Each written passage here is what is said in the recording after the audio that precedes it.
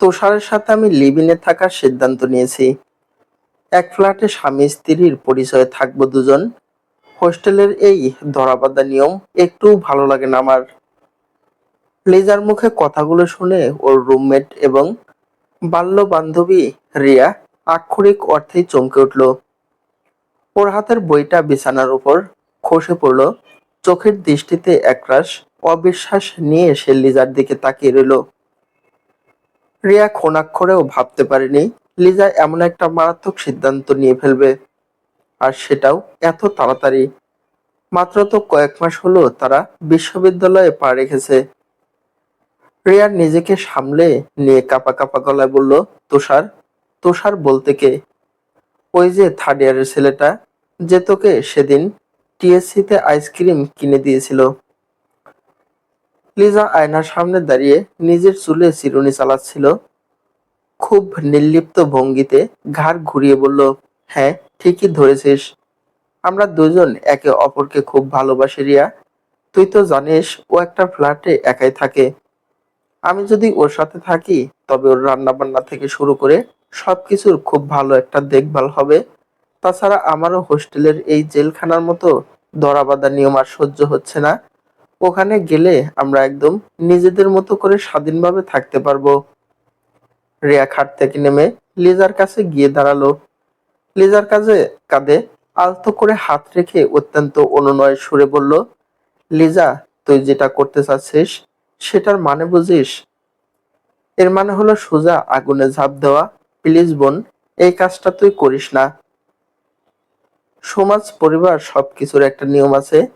তুই আবেগ দিয়ে জীবনটাকে দেখছিস, কিন্তু বাস্তবতা অনেক কঠিন। লিজা একটু বিরক্ত হলো। রিয়ার হাতটা নিজের কাঁধ থেকে সরিয়ে দিয়ে হালকা ঝাঁঝালো গলায় বলল, আগুনে ঝাঁপ দেওয়া হতে যাবে কেন? আমরা তো মিলেমিশে থাকবো দুজন। একটা ছাদের নিচে পাশাপাশি কাছাকাছি থাকলে কতই না ভালো হবে, তাই না? তুই শুধু শুধু নেগেটিভ চিন্তা করছিস। রিয়া হাল ছাড়ার পাত্রী নয়। সে লিজাকে বোঝানোর শেষ চেষ্টা করে বলল, দেখ লিজা, তোদের মধ্যে এখনো কোনো আইনি বা সামাজিক সম্পর্ক তৈরি হয়নি। একসাথে থাকতে গেলে তোদের মধ্যে শারীরিক বা মানসিক অনেক কিছুই ঘটতে পারে। যদি হঠাৎ করে কোনো একদিন সে তোকে বিয়ে করতে অস্বীকৃতি জানায় বা তোকে ছেড়ে দেয়, তখন তুই কোথায় যাবি? তোকে তো তখন সারা জীবন পস্তাতে হবে। এই দাগ তুই কিভাবে মুছবি? লিজা আবার হেসে ফেলল, অবজ্ঞার হাসি। ধ্যাৎ, এসব ফালতু চিন্তা বাদ দে তো। তুষার তেমন ছেলেই না। ও আমাকে নিজের জীবনের চেয়েও বেশি ভালোবাসে। কিচ্ছু হবে না, শুধু মিলিয়ে নিস। রিয়া একটা দীর্ঘশ্বাস ফেলল। বুঝতে পারলো লিজার চোখে এখন মোহ আর প্রেমের রঙিন চশমা। এই চশমা ভেদ করে বাস্তবতার কোনো আলো ওর চোখে পৌঁছাবে না। রিয়া আর কোনো কথা বাড়ালো না, চুপচাপ নিজের জায়গায় গিয়ে বসে রইলো। তার ভিতরে এক অজানা সংখ্যা কাজ করতে লাগলো। লিজা অনার্স ফার্স্ট ইয়ারের ছাত্রী। মফস্বল থেকে এই বিশাল শহরের বিশ্ববিদ্যালয়ে পড়তে এসেছে অনেক স্বপ্ন নিয়ে। তুষারের সাথে তার পরিচয় খুব বেশি দিনের নয়। ক্যাম্পাসের নবীনবরণ উৎসবের দিন প্রথম তুষারকে দেখে সে। সেদিন মঞ্চে দাঁড়িয়ে তুষার খুব সুন্দর দরাজ গলায় একটা প্রেমের কবিতা আবৃত্তি করেছিল। কবিতার প্রতিটি লাইন, তুষারের বলার ভঙ্গি, তার চোখের চাহনি সবকিছু যেন জাদুর মতো লিজার মনে গেঁথে যায়। সেদিনই অনুষ্ঠানের ফাঁকে তুষারের সাথে তার প্রথম কথা হয়। তুষারও প্রথম দেখাতেই লিজার স্নিগ্ধ রূপে মুগ্ধ হয়েছিল। এরপর থেকে তাদের কথাবার্তা শুরু। ফেসবুক মেসেঞ্জারে রাত জেগে চ্যাটিং, ফোনে ফিসফিস করে বলা কথা, এসব লিজার দৈনন্দিন রুটিনের অংশ হয়ে যায়। হোস্টেলের রুমে রাতে যখন সবাই ঘুমিয়ে পড়তো, লিজা তখন কম্বলের নিচে মুখ লুকিয়ে তুষারের সাথে স্বপ্নের চাল বুনতো। ধীরে ধীরে সম্পর্কটা আরো গাঢ় হয়। ক্লাস ফাঁকি দিয়ে ক্যাম্পাসের আশেপাশে পার্কে কিংবা কফি শপে ঘুরতে যাওয়া শুরু হয় তাদের। প্রতিদিন দেখা হলে তুষারের মুখে নতুন নতুন কবিতা শোনাটা লিজার জন্য একটা নেশায় পরিণত হয়েছিল। তুষারের রোমান্টিক কথায় লিজা যেন পৃথিবীর মাটি থেকে শূন্যে ভাসতে শুরু করেছিল। এর পাশাপাশি লিজার ভিতরে কাজ করছিল হোস্টেল জীবনের প্রতি তীব্র বিতৃষ্ণা। হোস্টেলের কড়া নিয়ম কানুন, লিজা একদম মানতে নারাজ। সন্ধ্যা ৬টার মধ্যে গেট বন্ধ হয়ে যাওয়া, যখন তখন বাইরে যাওয়ার অনুমতি না থাকা, ওয়ার্ডেনের কড়া নজরদারি, এসব তার কাছে শেকলের মতো মনে হতো। সে বরাবরই নিজের মতো করে স্বাধীনভাবে বাঁচতে চায়, এমন একটা জায়গা চায় যেখানে কোনো বিধিনির্দেশ মানবে না, যেখানে কেউ তাকে জবাবদিহিতার আওতায় আনবে না। এখন তার এই একা থাকার, স্বাধীন থাকার একমাত্র উপায় হলো আলাদা কোনো বাসায় থাকা। তাছাড়া হোস্টেলের খাবারও তার খুব একটা ভালো লাগে না। রোজ সেই পাতলা ডাল, রাবারের মতো শক্ত মাংস আর স্বাদহীন সবজি খেতে খেতে সে রীতিমতো ক্লান্ত। কিন্তু চাইলে তো আর একা থাকা যায় না। এই শহরে একা একটা মেয়ে ফ্ল্যাট ভাড়া নিয়ে থাকবে, সেই সাহস বা সুযোগ কোনোটাই তার নেই। ব্যাচেলর মেয়েদের কেউ সহজে বাড়ি ভাড়াও দিতে চায় না। এই হতাশার কথাগুলো একদিন সে তুষারের সাথে শেয়ার করেছিল। তুষার তখন খুব সাবলীলভাবে এই বুদ্ধিটা দেয়। তুষার জানায়, সে যে ফ্ল্যাটটায় থাকে সেটা বেশ বড়। লিজা চাইলে তার সাথে এসে থাকতে পারে। স্বামী স্ত্রীর পরিচয় থাকলে বাড়িওয়ালা বা প্রতিবেশীদের কেউই কোনো সন্দেহ করবে না। এতে দুইজনই একসাথে সারাক্ষণ থাকতেও পারবে, আবার সবকিছু একদম নিজেদের মতো করে গুছিয়ে নেওয়া যাবে। প্রস্তাবটা শুনে প্রথমে লিজা একটু থমকে গেলেও স্বাধীনতার লোভে আর তুষারের প্রতি অন্ধ ভালোবাসায় সে দ্রুতই রাজি হয়ে যায়। কিন্তু মূল বাধা হলো পরিবার। বাড়ি থেকে টাকা না দিলে তো আর চলা সম্ভব নয়। লিজা একদিন বিকেলে খুব স্বাভাবিক গলায় করে তার বাবাকে ফোন করে বলল, হ্যালো বাবা, কেমন আছো? এই তো মা, ভালো। তোর পড়াশোনা কেমন চলছে? ভালো বাবা, তবে একটা কথা বলার জন্য ফোন করলাম। বাবা, আমি আর আমার কয়েকজন ভালো বান্ধবী মিলে একটা আলাদা ফ্ল্যাটে নিয়ে থাকার সিদ্ধান্ত নিয়েছি। হোস্টেলের পরিবেশে পড়াশোনার খুব ক্ষতি হচ্ছে, সারাক্ষণ হইচই। তাছাড়া খাবার দাবার এতই খারাপ যে আমি প্রায়ই অসুস্থ হয়ে পড়ছি। কথাটা শুনে তার বাবা একটু নারাজ হলেন। মফস্বলের মানুষ শহরের খোলা পরিবেশে মেয়েকে একা ছাড়তে একটু ভয় পাচ্ছিলেন। কিন্তু মা, হোস্টেল তো নিরাপদ। আলাদা ফ্ল্যাটে তোরা কয়েকজন মেয়ে থাকবি, সেটা কি ঠিক হবে? নিরাপত্তা বলে তো একটা কথা আছে। লিজা আগে থেকে জানতো বাবা এমন কিছু বলবেন। সে খুব গুছিয়ে বাবাকে বোঝাতে শুরু করলো, আরে বাবা, তুমি একদম চিন্তা করো না। ফ্ল্যাটটা একদম ক্যাম্পাসের কাছেই, আর ওই বিল্ডিং এ সব ফ্যামিলি থাকে। দারোয়ান আছে, সিসিটিভি আছে। আমার বান্ধবীদের অভিভাবকরাও এসে জায়গাটা দেখে গেছেন। এখানে থাকলে আমার রেজাল্টও ভালো হবে, দেখবে। লিজার মিষ্টি কথার যুক্তির কাছে অবশেষে বাবা হার মানলেন। মেয়ের ভবিষ্যতের কথা ভেবে রাজি হয়ে গেলেন। লিজা ফোন রেখে স্বস্তির নিঃশ্বাস ফেলল। যাক, সবচেয়ে বড় বাধাটা পার হওয়া গেল। এখন বাবা সত্যিটা না জানলেই হলো। সে যে বান্ধবীদের সাথে নয়, বরং এক পরপুরুষের সাথে থাকতে যাচ্ছে, এই মিথ্যার দায়ভার তাকে একটু দংশন করলো না। আজ লিজার হোস্টেল ছাড়ার দিন। বাইরে হালকা রোদ, সুন্দর একটা বিকেল। তুষার লিজার হোস্টেলের বাইরে বেশ কিছুক্ষণ ধরে অপেক্ষা করছে। পরনে তার একটা নীল রঙের শার্ট, চোখে সানগ্লাস। একটু পর লিজা তার বিশাল ট্রলি ব্যাগ আর কয়েকটা হাত ব্যাগ নিয়ে বের হয়ে এলো। তুষার দ্রুত এগিয়ে গিয়ে লিজার হাত থেকে ভারী ব্যাগগুলো নিয়ে নিল। তার একটা সিএনজি ভাড়া করে সেই কাঙ্ক্ষিত বাড়ির উদ্দেশ্যে রওনা দিল। সিএনজিতে বসে তুষার লিজার একটা হাত নিজের মুঠোর ভিতর শক্ত করে ধরে রাখলো। শহরের ব্যস্ত রাস্তা ধরে সিএনজি ছুটে চলছে। বাইরের বাতাস লিজার চুলগুলো উড়ছে। তার মনে এক অদ্ভুত উত্তেজনা। আজ থেকে সে স্বাধীন। আজ থেকে কোনো নিয়ম নেই, কোনো বারণ নেই। তুষারের কাঁধে মাথা রেখে সে চোখ বন্ধ করে আগামী দিনের সুন্দর স্বপ্নগুলো দেখতে লাগলো। কিছুক্ষণ পর সিএনজি এসে দাঁড়ালো। ৫ তলা বাড়ির সামনে থামলো।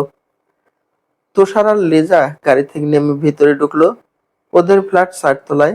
সিঁড়ি ভেঙে উপরে উঠতে উঠতে লিজার বুকের ভিতরটা একটু ধুকপুক করছিল। তুষার পকেট থেকে চাবি বের করে দরজা খুললো। ফ্ল্যাটটা বেশ বড়সড় আর খোলামেলা। ড্রয়িং রুম পার হয়ে বিশাল একটা বেডরুম। দক্ষিণ দিকের বড় জানালা দিয়ে বিকেলের মিষ্টি রোদ এসে বিছানায় পড়েছে। সাথে একটা সুন্দর বারান্দা, যেখান থেকে বাইরের রাস্তা আর কিছু গাছপালা দেখা যায়। তুষার সব ব্যাগপত্র ঘরের এক কোণায় সুন্দর করে গুছিয়ে রাখলো। লিজা তখন বারান্দার কাছে দাঁড়িয়ে বাইরের সৌন্দর্য দেখছিল। হঠাৎ তুষার পিছন থেকে এসে লিজাকে শক্ত করে জড়িয়ে ধরলো। নিজের থুতনিটা লিজার ঘাড়ে রেখে ঘাড়ের কাছে মুখ গুজে দিয়ে গভীর একটা নিঃশ্বাস নিল। তুষারের উষ্ণ নিঃশ্বাসে লিজার শরীরে একটা শিহরণ বয়ে গেল, কিন্তু সে নিজেকে সামলে নিয়ে তুষারের হাতে হালকা একটা চড় মেরে কৃত্রিম রাগে সরে বলল, ওই ছাড়ো তো, সুযোগ পেলে খালি দুষ্টুমি, তাই না? একটু আগে তো এসে পৌঁছালাম, আগে ফ্রেশ তো হতে দাও। তুষার লিজাকে আরো একটু নিজের দিকে টেনে নিয়ে আদুরে গলায় বলল, আমার বউয়ের সাথে আমি দুষ্টুমি করব না তো কার সাথে করব শুনি? এই অধিকার তো আমার আছে। লিজা আবার ঘুরে দাঁড়ালো, তুষারের চোখের দিকে তাকিয়ে মিষ্টি করে হেসে বলল, ইস, এখনো তো বিয়ে হলো না, আর এর মধ্যেই আমাকে বউ বানিয়ে ফেলছো? মানুষ শুনলে কি বলবে? তুষার লিজার কপালে একটা আলতো চুমু খেয়ে বলল, আজ হয়তো কাগজে কলমে হয়নি, কিন্তু হবে তো এক সময়। আমার মনের খাতায় তো তুমি সেই প্রথম দিন থেকেই আমার বউ হয়েই বসে আছো। লিজা খিলখিল করে হাসলো, হাসির শব্দে পুরো ঘরটা যেন প্রাণবন্ত হয়ে উঠল। এই ফ্ল্যাটে তুষার এতদিন একাই থাকতো। কিছুদিন আগে এক বৃষ্টি ভেজা দুপুরে লিজা প্রথমবার তুষারের সাথেই ফ্ল্যাটে এসেছিল। সেদিন বাইরের অঝোরধারায় বৃষ্টি আর এই ঘরের স্নিগ্ধ পরিবেশ লিজার ভীষণ পছন্দ হয়েছিল। সেদিন বারান্দায় দাঁড়িয়ে কফিতে চুমুক দিতে দিতে সে স্বপ্ন দেখছিল, একদিন এরকম একটা খোলামেলা নিজের মতো সাজানো ঘর তারও হবে। সেই ঘরে সে তার ভালোবাসার মানুষের সাথে রাজকন্যার মতো থাকবে। আজ তার সেই স্বপ্ন পূরণ হলো। সে এখন তার স্বপ্নের রাজকুমারের সাথে নিজের স্বপ্নের মতো একটা ঘরে দাঁড়িয়ে আছে। সামনের দিনগুলো কতটা সুন্দর হবে, তুষার তাকে কতটা সুখে রাখবে, সেই চিন্তায় লিজার চোখ দুটো আনন্দে চিকচিক করে উঠল। নতুন একটা জায়গায় এসে সবকিছু নিজের মতো করে গুছিয়ে নেওয়ার চারটিখানি কথা নয়। বিশেষ করে লিজার মতো যে মেয়েটা এতদিন হোস্টেলের রেডিমেড নিয়মে অভ্যস্ত ছিল, তার জন্য পুরো একটা ফ্ল্যাটের জিনিসপত্র গোছানো বেশ ক্লান্তিকর। ড্রয়িং রুমের সোফায় কভার ঠিক করা থেকে শুরু করে বেডরুমের বিছানায় চাদর টান টান করে পাতা, নিজের জামা কাপড় আলমারিতে সাজিয়ে রাখা, সব মিলিয়ে লিজার শরীরের উপর দিয়ে বেশ ভালোই দখল গেল। কপালে ঘাম মুছতে মুছতে সে যখন বিছানায় একটু গায়ে এলিয়ে দিল, ঠিক তখনই দরজার চাবির শব্দ শোনা গেল। তুষার বাইরে থেকে ফিরছে, হাতে একটা বাদামি রঙের কাগজের ঠোঙ্গা। রুমে ঢুকে লিজার ক্লান্ত মুখটা দেখে তুষার মুচকি হাসলো। ঠোঙ্গাটা বিছানার উপর রেখে বলল, অনেক তো খাটুনি হলো মহারানী, এবার একটু বিশ্রাম নাও। দেখো তোমার জন্য কি এনেছি। লিজা উঠে বসলো। ঠোঙ্গার ভিতর থেকে বুড়বুড় করে বের হওয়া পরিচিত গন্ধটা তার নাকে যেতেই ক্লান্ত মুখটা এক নিমেষেই উজ্জ্বল হয়ে উঠল। সে হাসি মুখে বলল, ওয়াও, গরম গরম সিঙ্গারা। আমার যে সিঙ্গারা কতটা পছন্দ সে কথা তোমার এখনো মনে আছে? তুষার লেজার পাশে বসে ওর গালটা আলতো করে টেনে দিয়ে বলল, কেন মনে থাকবে না শুনি? তুমি কি আমার 10টা 5টা বউয়ের মতো একজন নাকি? তুমি তো আমার একটা মাত্র বউ। তোমার পছন্দ অপছন্দের খেয়াল না রাখলে তো আমার চাকরি নট হয়ে যাবে। লেজা খিলখিল করে হেসে উঠল। তুষারের এই কথার ভঙ্গিটা তার বড্ড মিষ্টি লাগে। দুজন মিলে আনন্দ করে সিঙ্গারাগুলো ভাগ করে খেলো। খাওয়া শেষে লিজা আবার উঠে পড়ল। ঘরের আরো কিছু ছোটখাটো কাজ বাকি ছিল, সেগুলো দ্রুত হাতে শেষ করে নিল। মোটামুটি সব যখন গোছানো শেষ, তখন বিকেল গড়িয়ে সন্ধ্যা নামার পথে তুষার নিজের শার্টের হাতা গুটোতে গুটোতে বলল, লিজা, আজকে আর তোমার কষ্ট করে রান্নাঘরে ঢোকার দরকার নেই। প্রথম দিনে এত খাটুনি করতে হবে না। তুমি বিশ্রাম নাও, আমি বরং বাইরে থেকে রাতের খাবার নিয়ে আসছি। লিজা সম্মতি জানিয়ে বলল, ঠিক আছে, আজ আর শরীরও চলছে না, তুমি তাহলে তাড়াতাড়ি ফিরে এসো। তুষার চলে যাওয়ার পর লিজা বাথরুমে ঢুকে ফ্রেশ হয়ে নিল। সারাদিনের ঘাম আর ক্লান্তি ধুয়ে মুছে একটা আরামদায়ক সুতির কামিজ পরে সে বারান্দায় এসে বসলো। আকাশের অবস্থা সুবিধার নয়।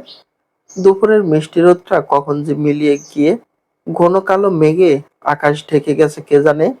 যে কোনো সময় জমজমিয়ে বৃষ্টি নামবে। হঠাৎ করে পুরো এলাকার কারেন্ট চলে গেল। 4-5টা মুহূর্তের মধ্যেই এক অদ্ভুত নিস্তব্ধতায় ডুবে গেল। ফ্ল্যাটের ভিতরটা ঘুটঘুটে অন্ধকার। তবে লিজার একটু ভয় লাগলো না, বরং এই অন্ধকার পরিবেশটা তার কাছে বেশ রোমান্টিক মনে হলো। হালকা ঠান্ডা বাতাস বইতে শুরু করেছে, বাতাসের ঝাপটায় লিজার চুলগুলো উড়ছে। সে হাতের মোবাইলটা তুলে বারবার ঘড়ির সময় দেখছে। তুষারের আসতে এত দেরি হচ্ছে কেন? বারান্দায় গ্রিলে মাথা ঠেকলিয়ে লিজা ভাবতে লাগলো, এমন সময় যদি সে হোস্টেলে থাকতো তাহলে কি এই শান্ত স্নিগ্ধ পরিবেশটা সে উপভোগ করতে পারতো? একদমই না। কারেন্ট যাওয়ার সাথে সাথে পুরো হোস্টেলে মেয়েদের একটা হইচই পড়ে যেত। কেউ হয়তো বিরক্ত হয়ে চিল্লাচিল্লি করতো, কেউ গলা ছেড়ে বেসুরো গান ধরতো, কেউ বা বারান্দায় দাঁড়িয়ে অকারণে খিলখিল করে হাসতো। আবার অনেকেই অন্ধকারে সুযোগ পেয়ে বয়ফ্রেন্ডের সাথে ফিসফিস করে ফোনে কথা বলা শুরু করতো। সব মিলে একটা চরম হট্টগোল। এমন চেঁচামেচি আর কোলাহল লিজার মোটেও পছন্দ না। তার দম বন্ধ লাগতো ওখানে। আর আজ আজ সে নিজের ফ্ল্যাটে নিজের মতো করে শান্তিতে বসে আছে। এই তো স্বাধীনতা। হঠাৎ লিজার মনে পড়ে গেল পুরনো এক স্মৃতির কথা। লিজার পারিবারিক অবস্থা বেশ সচ্ছল। ইন্টারমিডিয়েট পরীক্ষা শেষ করার পরপরই এলাকায় এক ছেলে তার জন্য বিয়ের প্রস্তাব পাঠিয়েছিল। ছেলেটা নাকি অনেক আগে থেকে তাকে ভীষণ পছন্দ করত। এখন সে শহরে থাকে, পড়াশোনার পাশাপাশি একটা জবও করে। ছেলে হিসেবে বেশ গোছানো আর ভদ্র। দুই পরিবারের সম্মতিও ছিল, কিন্তু লিজা সেই বিয়েতে একদম বেঁকে বসেছিল। তার মতে এত কম বয়সে বিয়ে করা মানে নিজের পায়ে নিজে কুড়াল মারা, নিজের স্বাধীনতাকে চিরতরে বিসর্জন দেওয়া। এর চেয়ে কলেজ ভার্সিটির জীবনটাকে সুন্দরভাবে উপভোগ করা অনেক বেশি জরুরি। পড়াশোনা শেষ করবে, নিজের পায়ে দাঁড়াবে, জবে ঢুকবে, তারপর তুষারের মতো নিজের পছন্দের কাউকে বিয়ে করবে। এটাই তো একটা আধুনিক মেয়ের জীবনের লক্ষ্য হওয়া উচিত। লিজা মনে মনে হাসলো। ভাবলো এই ছেলেটা কতই না বোকা। জীবনে পুরোপুরি প্রতিষ্ঠিত না হয়ে বিয়ের জন্য পাগল হয়ে উঠছিল। আজব পাবলিক। আবেগ দিয়ে কি আর জীবন চলে? ভাবনার মাঝখানে লিজার ফোনের স্ক্রিনটা জ্বলে উঠলো। তুষারের কল। লিজা রিসিভ করতে ওপাশ থেকে তুষার বলল, তাড়াতাড়ি দরজা খোলো, আমি বাইরে দাঁড়িয়ে আছি। কারেন্ট নেই তো, কলিং বেল বাজছে না। লিজার এক মুহূর্ত দেরি করলো না, মোবাইল জেলে দ্রুত পায়ে এগিয়ে গিয়ে দরজা খুলে দিল। তুষার হাতে খাবারের প্যাকেট নিয়ে ভেতরে ঢুকলো। কারেন্ট তখনও আসেনি। মোবাইলের ফ্ল্যাশ লাইট জ্বালিয়ে দুজন মিলে ডাইনিং টেবিলে বসে রাতের খাবার শেষ করলো। নিস্তব্ধ অন্ধকারের মাঝে দুজনের একসাথে বসে খাওয়ার এই মুহূর্তটা লিজার কাছে স্বপ্নের মতো লাগছিল। খাওয়া শেষ হতেই বাইরে মুষলধারে বৃষ্টি শুরু হলো, সাথে অবিরাম মেঘের গর্জন। তুষার লিজার হাত ধরে টেনে বেডরুমে নিয়ে এলো। বেডরুমের জানালার পর্দাটা সরিয়ে দুজনে পাশাপাশি বসলো। জানালার কাছ ভেদ করে বৃষ্টির ছাট আসছে। শো শো বাতাসের শব্দ আর বৃষ্টির একটানা রিমঝিম শব্দে চারপাশের পরিবেশটা এক অদ্ভুত মোহময় রূপ নিয়েছে। লিজা এক দৃষ্টে বাইরের বৃষ্টি দেখছিল। হঠাৎ সে চমকে উঠল। তুষার খুব সন্তর্পণে তার কোমরের কাছে হাত রেখে আলতো করে সুড়সুড়ি দিচ্ছে। লিজা একটু ছটফটিয়ে উঠে ভ্রু কুঁচকে বলল, এই, একদম দুষ্টুমি করবে না বলে দিচ্ছি। শান্ত হয়ে বসে বৃষ্টি দেখো। তুষার কথা শুনলো না। সে লিজাকে নিজের দিকে টেনে নিয়ে শক্ত করে জড়িয়ে ধরলো। লিজার ঘাড়ের কাছে মুখ দিয়ে ফিসফিস করে বলল, আজকের এই আবহাওয়া দেখে কি শান্ত হয়ে বসে থাকা যায় বলো? মনটা তো শুধু তোমার সাথে দুষ্টুমিতে মেতে থাকতে চাইছে। লিজা নিজেকে একটু ছাড়ানোর চেষ্টা করে বলল, একদম না তুষার, কেউ দেখে ফেললে কি ভাববে? তুষার হাসলো। লিজার কাঁধের উপর থেকে একগোছা অবাধ্য চুল সরিয়ে দিয়ে ঘাড়ের পেছনে গভীর একটা চুমু খেলো। তুষারের ঠোঁটের উষ্ণ ছোঁয়ায় লিজার শির দ্বারা বেয়ে একটা অদ্ভুত শিহরণ নেমে গেল। সমস্ত শরীরটা কেমন যেন কেঁপে উঠল তার। সে চাইলেও আর তুষারকে বাধা দিতে পারল না। তার ভিতরের প্রতিবাদী সত্তাটা বৃষ্টির শব্দের সাথে কোথায় যেন হারিয়ে গেল। তুষার লিজার কানের লতিতে ঠোঁট ছুঁয়ে গাঢ় স্বরে বলল, লিজা, আজ না তোমাকে খুব আদর করতে ইচ্ছা করছে। আমি আর নিজেকে আটকে রাখতে পারছি না। লিজার বুকের ভিতরটা ধুকপাক করে উঠল। একটু ভয়ও কাজ করছে। কাঁপা কাঁপা গলায় সে বলল, কিন্তু তুষার, আমার খুব ভয় করছে। যদি কিছু হয়ে যায়, যদি যদি কোনো সমস্যা হয়। তুষার লিজার মুখটা নিজের দুই হাতের আঙ্গুলিতে তুলে নিল, চোখের দিকে তাকিয়ে খুব আদরে আর বিশ্বাস ভরা গলায় বলল, পাগলি একটা, কিচ্ছু হবে না আমার সোনা, আমি তো আছি, সব দায়িত্ব আমার। প্লিজ আজ আর আমাকে না করো না। লিজা আর কিছু বলতে পারল না। তুষারের ওই মায়াবী চোখ আর নেশা ধরা গলার স্বরের কাছে সে যেন পুরোপুরি মোহাবিষ্ট হয়ে গেল। লিজার নীরবতাকেই সম্মতি হিসেবে ধরে নিল তুষার। সে লিজার মুখের আরো কাছাকাছি এগিয়ে এলো। লিজার চোখ দুটো ততক্ষণে বুজে এসেছে। তুষার খুব আলতো করে লিজার ঠোঁটে নিজের ঠোঁট ছুঁয়ে দিল।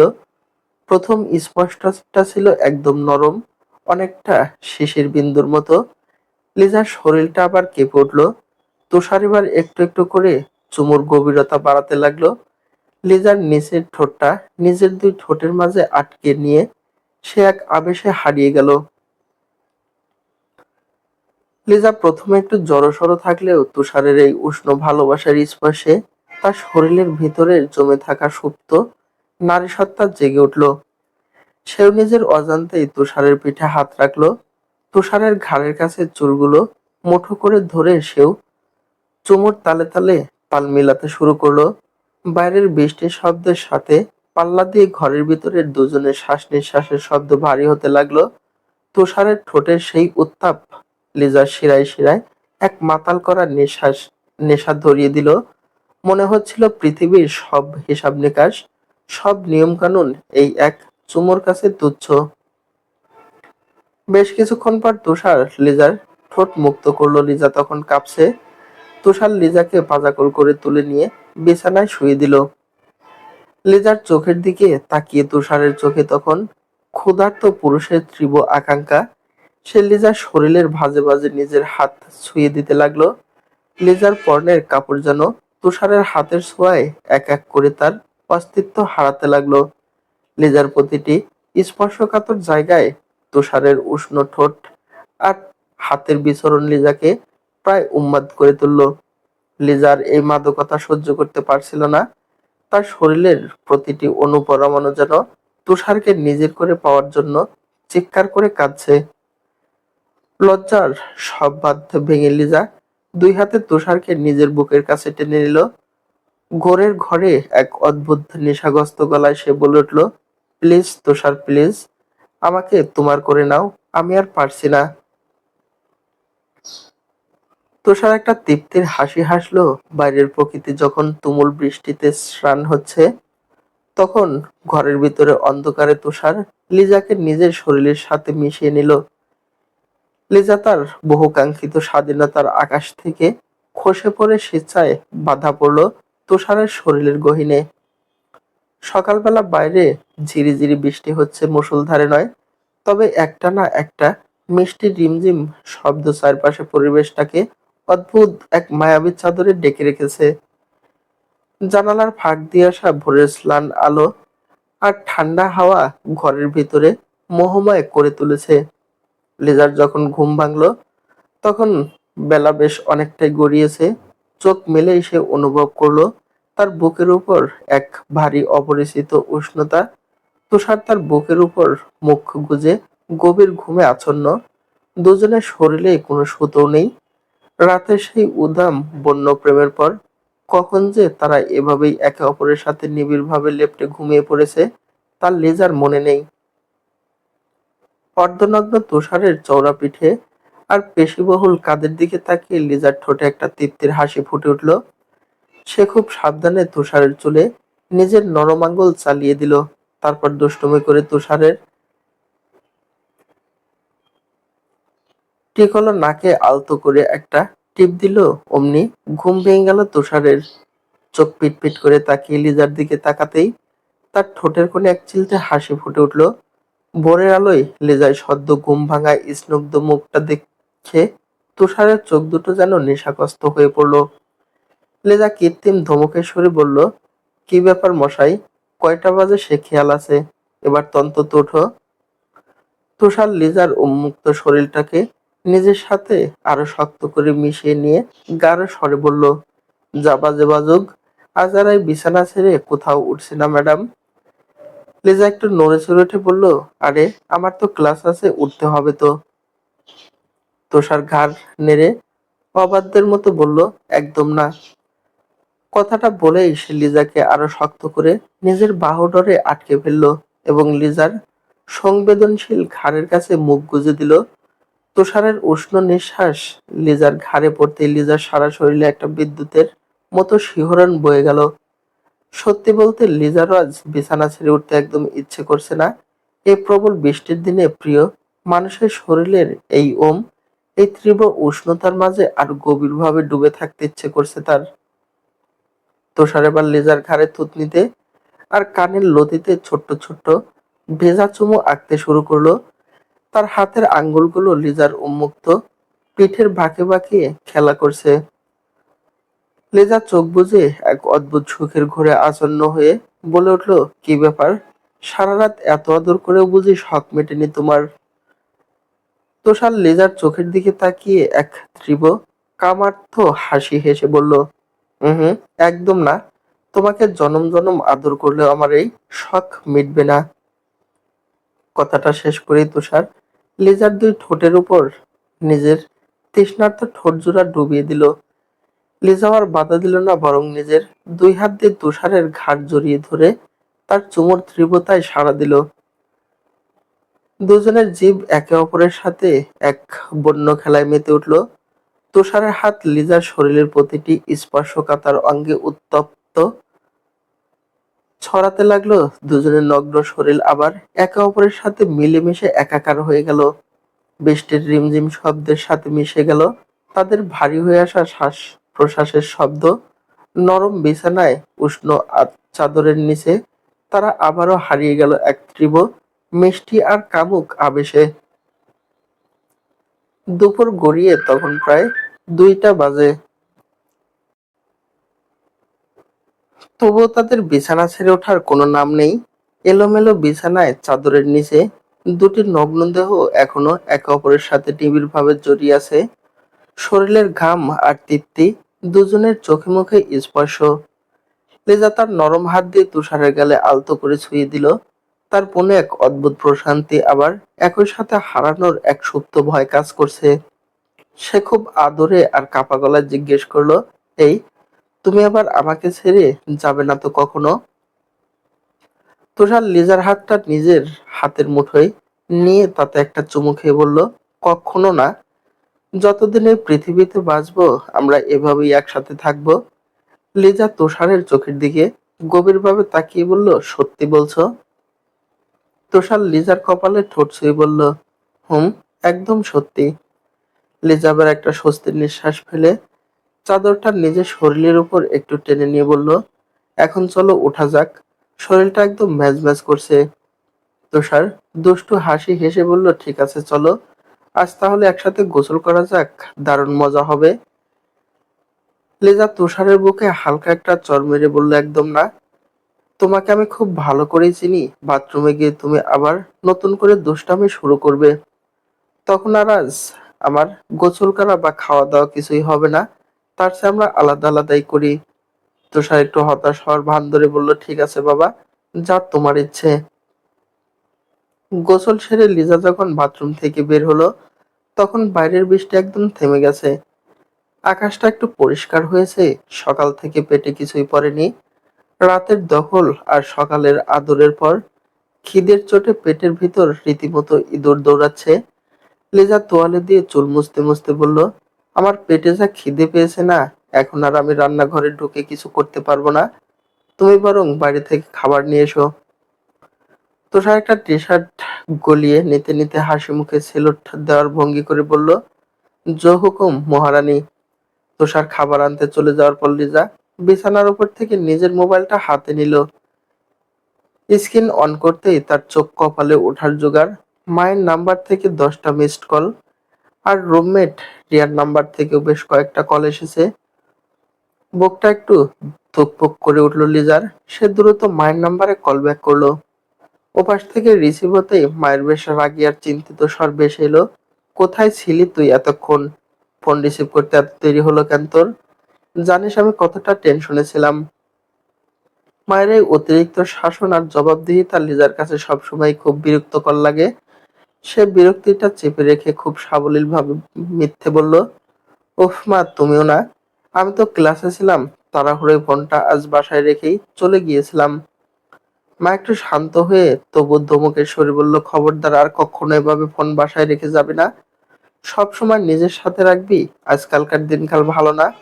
আরো দু চারটে উপদেশের কথা শুনিয়ে মা ফোনটা রেখে দিল। লিজা স্বস্তির নিঃশ্বাস ফেলল। ঠিক সেই মুহূর্তেই রিয়ার কল বেজে উঠল।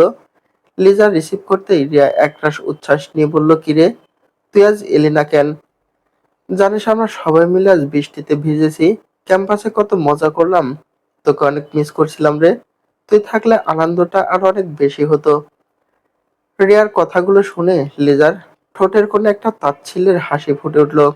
সে খুব স্বাভাবিক গলায় বলল, বৃষ্টিতে অনেক ভিজেছি রে, তাই এসবে আর আগের মতো আনন্দ পাই না। তোরা মজা কর। লিজার এই নিরুত্তাপ কথায় রিয়া বেশ মন খারাপ করলো। ওপাশ থেকে একটা দীর্ঘশ্বাস ফেলে রিয়া বলল, আচ্ছা কাল আসিস কিন্তু, ক্যাম্পাসে দেখা হবে। লিজা শুধু উদাস গলায় বলল, দেখি।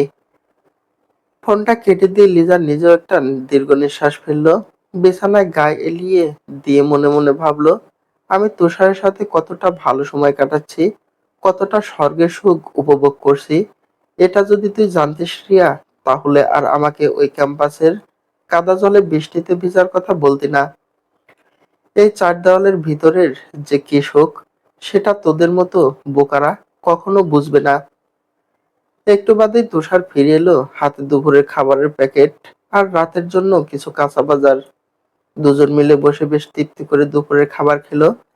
খাওয়া শেষ করে লিজা বলল, এবার কিন্তু রাতের রান্নার ব্যবস্থা করতে হবে। আজ তুমি তরকারি রান্না করবে। তুষার চোখ বড় বড় করে বলল, আমি? না বাবা, আমার দ্বারা এসব হবে না। তুমি রান্না করবে, আমি বরং তোমাকে সব তরকারি কেটে বেছে দেব। লিজা কপট রাগ দেখিয়ে বলল, না, আমি পারবো না। তুষার লিজার কোমর জড়িয়ে ধরে সুড়সুড়ি দিতে দিতে বলল, পারতেই হবে তোমাকে। এ নিয়ে দুজনের মধ্যে বেশ কিছুক্ষণ মিষ্টি খুনসুটি চলল।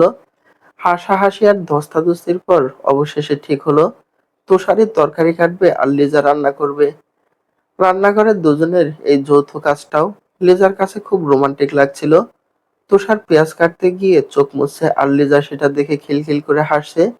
একটা আস্ত সংসার যেন ওরা দুজন মিলে এই ছোট্ট ফ্ল্যাটের ভিতর সাজিয়ে বসেছে। সব কাজ গুছিয়ে রাতের রান্না শেষ করতে করতে সন্ধ্যা গড়িয়ে গেল। শরীরটা বেশ এখনো একটু ক্লান্ত হলেও লিজা একটা ফ্রেশ জামা পরে পড়ার টেবিলে গিয়ে বসলো। সামনে বই খোলা, কিন্তু মনটা যেন এখনো আজকে সকালের ওই মিষ্টি আর উষ্ণ মুহূর্তগুলোকে আটকে আছে। পড়ার দিকে একদমই মনোযোগ বসছে না। তুষার এসে লিজার পাশের চেয়ারটায় বসলো। সে লিজার দিকে একদৃষ্টে কিছুক্ষণ তাকিয়ে রইল। তারপর হঠাৎ করে লিজার ডান হাতটা নিজের হাতের মুঠোয় নিয়ে আলতো করে চাপ দিল। লিজা বই থেকে মুখ তুলে তুষারের দিকে তাকালো। তুষার খুব নরম আর রোমান্টিক গলায় বলল, বাইরে আবার বৃষ্টি শুরু হয়েছে লিজা, বইটা এখন রাখো না, চলো বারান্দায় গিয়ে একসাথে দাঁড়িয়ে একটু বৃষ্টি দেখি। লিজা তুষারের চোখের ওই মায়াবী আকুতি এড়াতে পারল না। সে মুচকি হেসে সম্মতি জানিয়ে বলল, চলো। তুষারের হাত ধরে লিজা যখন বারান্দার দিকে পা বাড়ালো, তখন তার মনে হলো, এই তো জীবন। এর চেয়ে সুন্দর আর কি বা হতে পারে জীবনে। চলবে গল্প লিভ ইন, গল্পের প্রথম অংশ, লেখা শিহাব হোসেন।